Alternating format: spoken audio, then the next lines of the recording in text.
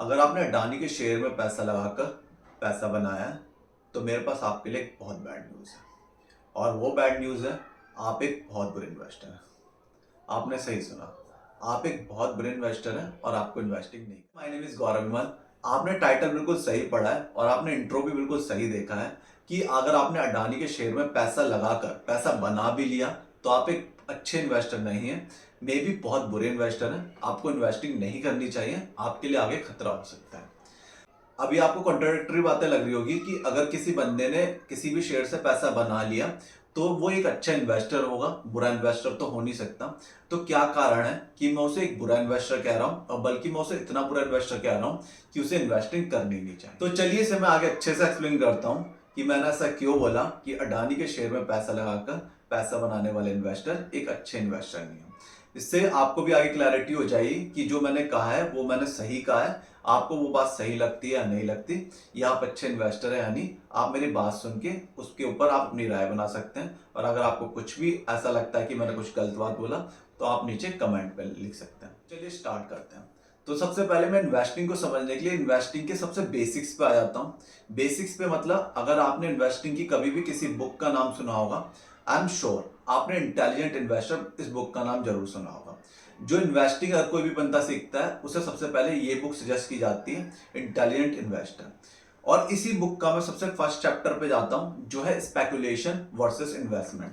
तो इस बुक का जो सबसे पहला चैप्टर है स्पेकुलेशन वर्सेस इन्वेस्टमेंट, हम उस पर डिस्कस करते हैं ताकि हम अच्छे से समझ पाए अडानी के शेयर से पैसा कमाने वाला स्पेकुलेशन थी या इन्वेस्टमेंट थी। चलो मैं थोड़ा सा एक्सप्लेन कर देता हूँ स्पेकुलेशन क्या होती है, इन्वेस्टमेंट क्या होती है इनके हिसाब से।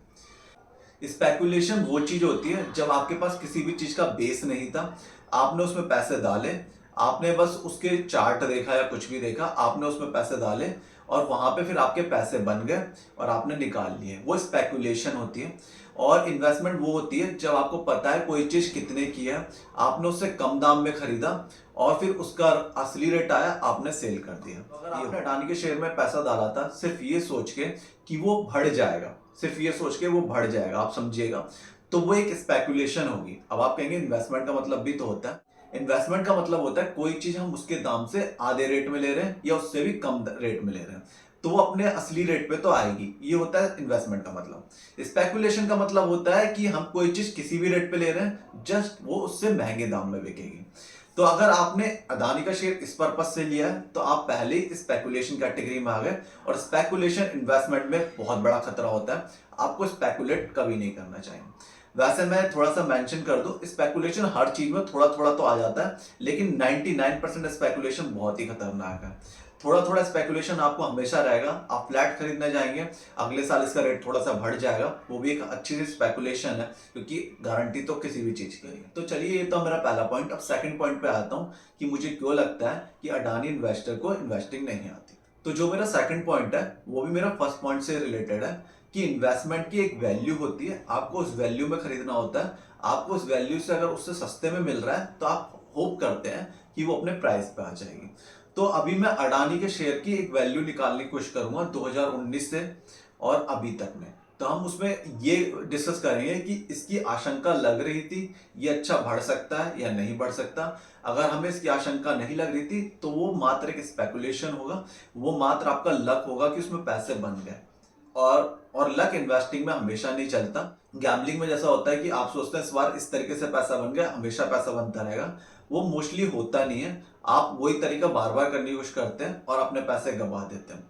और दूसरी बात मैं आगे एक और चीज एक्सप्लेन कर दूं आपको, स्पेकुलेशन और इन्वेस्टमेंट में सबसे बड़ा अंतर यह है स्पेकुलेशन से आप बहुत ज्यादा वेल्थ क्रिएट नहीं कर सकते, क्योंकि स्पेकुलेशन में तुक्का लगाना होता है और तुक्का बार बार चलता नहीं है। अगर आप 10 करोड़ रुपए 1 करोड़ रुपए विद गो आराम से नहीं लगा सकते किसी चीज में, तो वो आपकी स्पेकुलेशन है। और इन्वेस्टमेंट में हमें तरीका पता होता है, हमें पता होता है उसका बेस कैसा है। आपके पास कोई प्रॉपर्टी नहीं हो, आप सारा के पास सारा पैसा इन्वेस्टमेंट में लगा सकते हैं। तो सबसे बड़ा अंतर यही होता है, स्पेकुलेशन में वेल्थ क्रिएट नहीं की जा सकती, करोड़ों अरबों की वेल्थ क्रिएट नहीं की जा सकती, इन्वेस्टमेंट में की जा सकती है। आते हैं वापस अदानी के शेयर की वैल्यू में। इसमें मैंने अदानी ग्रीन का शेयर लिया है ताकि हम इसे अच्छे से डिस्कस कर सके। अब बहुत सारे अदानी के शेयर हैं, अब हर चीज को डिस्कस करेंगे तो बहुत लंबी वीडियो हो जाएगी। तो हमने बस सिर्फ एक्सप्लेन करने के लिए और समझाने के लिए अडानी ग्रीन का शेयर ले लिया ताकि मैं आपको समझा सकूं कि इसकी क्या वैल्यू थी और आज कितनी वैल्यू है, और हम इसकी वैल्यू एंटिसिपेट कर सकते थे या नहीं कर सकते थे, या रैंडमली वो चल गया है, या हमें पता था वो चल सकता है नहीं चल सकता। तो चलिए स्टार्ट करते हैं।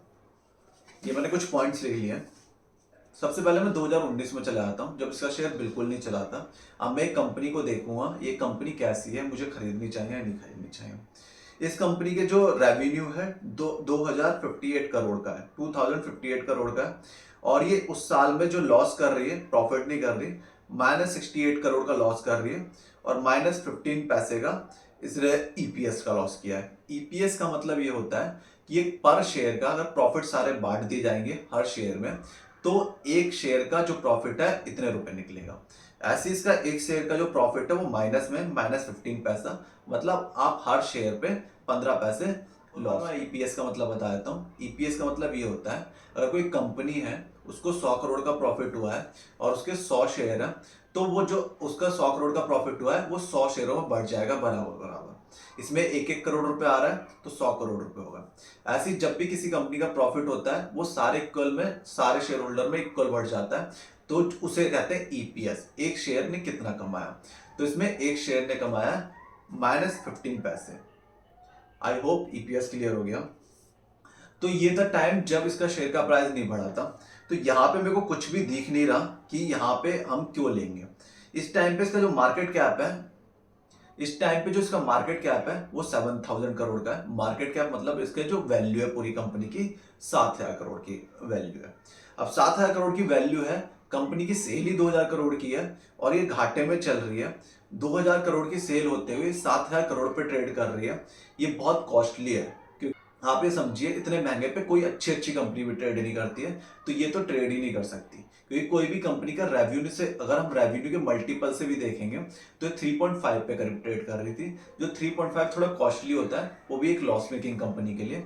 तो अगर मैं इसे एज अ कंपनी देखूं, यहाँ पे इसमें कोई भी बात नहीं लग रही कि इस कंपनी में कोई पैसे डालेगा या किसी एक सेंसिबल बंदे को पैसे डालने चाहिए। तो यहाँ पर तो कोई सेंसिबल इन्वेस्टर पैसे नहीं डालेगा। यहाँ पे किसने क्यों पैसे डाले मेरे को समझ में नहीं आता। चलिए लेकिन हम आगे चलते हैं, क्योंकि कभी कभी चीजें हमें समझ में नहीं आती, आगे बहुत अच्छी हो गई होती। एट द एंड रिजल्ट बताते हैं, नंबर बताते हैं कि असलियत में क्या हुआ। अब मैं आगे नंबर देखता हूं। मैं फास्ट फॉरवर्ड 2022 के नंबर्स पे आ जाता हूं, जो आज के नंबर्स हैं। फास्ट फॉरवर्ड में 2022 के नंबर पे आता हूं, जो 2022 की सेल्स थी उसके हिसाब से जो नंबर्स हैं। और इससे ये भी पता लग जाएगा, जब अप्रैल 2022 का इसका पीक था, ये उसके बाद के नंबर है। तो मतलब जो इसका शेयर ट्रेड कर रहा था वो इस नंबर को बैक करते हुए ट्रेड कर रहा था। तो चलिए नंबर्स देख लेते हैं। इस टाइम पे इनकी सेल है करीब 5133 करोड़ की। इनका प्रॉफिट है 583 करोड़ का, और इनका ईपीएस है 3.17 करोड़ का। अब आप ये समझिए, जो इनकी सेल है 5135 करोड़ की है, और इनका मार्केट कैप है करीब 4.5 लाख करोड़ का। ये इतनी मतलब हंसने वाली बात है, कोई कंपनी, आपकी कोई दुकान है 5000 करोड़ का सामान बेच रही है, लेकिन उसके लिए आप पैसे देने के लिए तैयार है 5 लाख करोड़ रुपए। तो ये इतने हंसने की बात है। और इसका जो प्रॉफिट है करीब 583 करोड़ का प्रॉफिट। मतलब मैं आपको ऐसा समझाता हूँ, आप एक दुकान खरीदने जा रहे हैं, वो आपको हर साल 500 करोड़ का प्रॉफिट देती है, तब आपके उसके कितने रुपए देंगे? मेरे हिसाब से इस दुकान के 10 से 15,000 करोड़ रुपए हम दे सकते हैं, लेकिन लोग दे रहे हैं 500 करोड़ कमाने के लिए 5 लाख करोड़ रुपए, जो कि हंसने से ज्यादा कुछ बड़ी बात नहीं है। क्योंकि 5 लाख करोड़ बहुत ही ओवर पे हो रहा है। कोई भी कंपनी हमें 20 के पीई तक ही, या कोई अच्छी कंपनी हो तो हम हाई पीई तक भी पे करते हैं, लेकिन 5 लाख करोड़ बहुत ही इंसेन है। यहाँ पे कोई भी कंपनी सस्टेन नहीं कर सकती। ये बहुत ही हाई वैल्यूएशन है। ये हिंडबर्ग से पहले के नंबर्स हैं। तो आप ये समझ सकते हैं, ये जब ट्रेड कर रही थी वो अपने पीक पे, तो ये बहुत ही इलेजिट ट्रेड कर रही थी, वहां पे सस्टेन कर ही नहीं सकती थी, वहां से शेयर गिरना ही था। और अगर आप ये शेयर खरीद के बैठे हुए थे, तो माय फ्रेंड आपके लिए बैड न्यूज है। आपको कुछ भी समझ नहीं है इन्वेस्टमेंट की, आप बहुत गलत शेयर में फंसे हुए थे। आपका पैसा डूबना ही था, आज ना कल, कल ना परसों। तो वो चीज हिंडबर्ग बहाना बनी। हिंडबर्ग बहाना नहीं बनती, कुछ और बहाना बनती। और इसका बहाना असली यही था कि ये अनसस्टेनेबल, इसका बहाना यही था, ये अनसस्टेनेबल रेट पे ट्रेड कर रहे थे। तो समझ सकते हैं, क्योंकि हर चीज वैल्यूएशन पे डिपेंड करती है। 5 लाख करोड़ पे अगर कोई कंपनी ट्रेड कर रही है, 5 लाख का 10% होता है 50,000 करोड़ और 5% होता है 25,000 करोड़।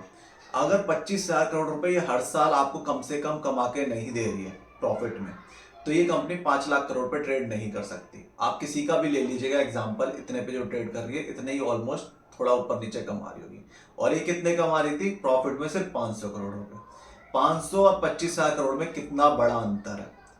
किसी भी तरीके से ट्रेड नहीं कर सकती। इनकी सेल ही 5,000 करोड़ की थी, तो इनकी सेल ही 5,000 करोड़ थी, 25,000 करोड़ की तो उनकी सेल भी नहीं थी, तो वो अनसस्टेनेबल था, अनलॉजिकल था, उस पर वो ट्रेड ही नहीं कर सकती थी। अब शेयर गिरने के बाद भी जब इतना फॉल हो चुका है, अब काफी लोग इसमें एंटर ले रहे होंगे, सोच रहे होंगे अब दोबारा मल्टीबैगर बनेगा, ये होगा वो होगा।